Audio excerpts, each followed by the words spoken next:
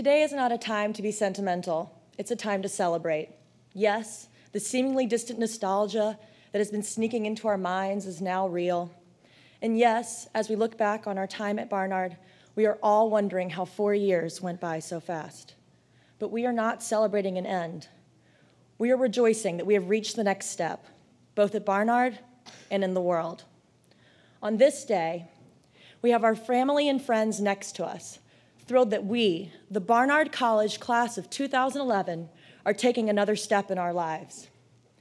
We're about to process into Barnard, unified as alums, and we're about to march into this world as adults.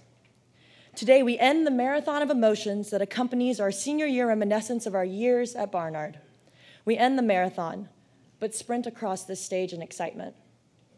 As I begin this sprint forward, I also look back at a very specific story in order to understand why I'm here. It's a joke in my family that my middle name should be Quit. Throughout my life, my grandmother, Mumsy, has regularly added this wonderful word to the end of my first name, so much so that my birth certificate should read Lara Avsar. Being of a different generation, she would add it on for multiple reasons, from quit being too sassy to quit mixing the colors and the whites in the wash. Lara quit, Lara quit. At first, I thought that maybe she was right. I thought maybe I am too assertive sometimes, and maybe I do things that a lady shouldn't do. I would often think I am from the South after all, and if I want to make it in this world, I have to find a husband. So I would say, okay, sometimes apologize, and continue on the track that Emily Post had so beautifully laid out. But then I went to Barnard. We all started in the same place, having excelled in order to be where we are today. We have gone through the college application process and discovered Barnard as the school for us.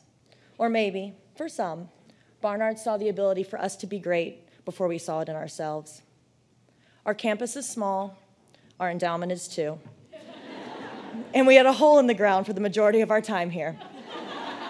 Despite all of these factors, Barnard provided the support system for our greatness. But the Barnard it factor, that thing that unites all Barnard women, well, we had it in us. We had it all along. I am here to say that Barnard women do not only graduate as incredible women, we enter that way. We are just lucky enough to be a part of an institution that allows us to mold our own greatness and set our own path. This path began with first-year English and first-year seminar. Here, we started together, discovering that the Mediterranean, in fact, does have a broad literary legacy. We also learned that the empowering effect women have on culture goes beyond the title of a first-year English class. It is our anthem. And then, together, we celebrated our first midnight breakfast, not fully understanding the tradition, but loving the fact that the president of our college was serving us waffles. During sophomore year, we all found a major that suits our personalities, strikes our interests, satisfies our parents, and most importantly, fills our hearts with passion. After celebrating this accomplishment with a toast, many of us had to accept that we would be separated from each other for a while. As our friends went abroad and we struggled to keep in touch, junior year flew by. Those at home took advantage of New York, whether through art, food, or grocery shopping at 2:30 in the morning. The rest of us mapped out a semester across the world. Finally, in the year that bridges the gap between our college experience and the real world, we have come together again and celebrated our years at Barnard. Socially, we have reveled in our time together.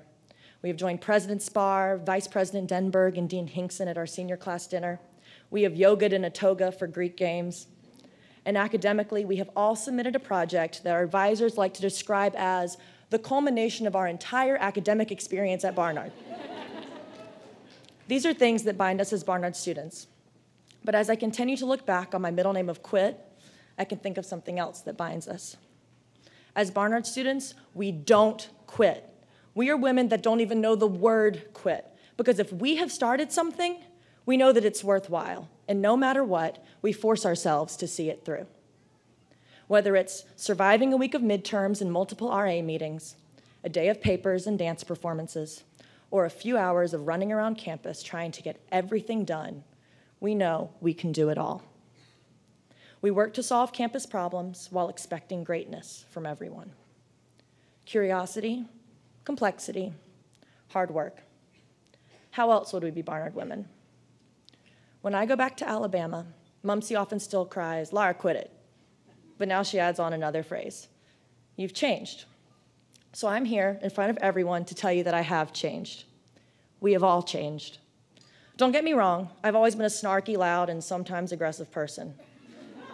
But now, I'm a snarky, loud, and sometimes aggressive Barnard woman, and you know what? I'm damn proud of it.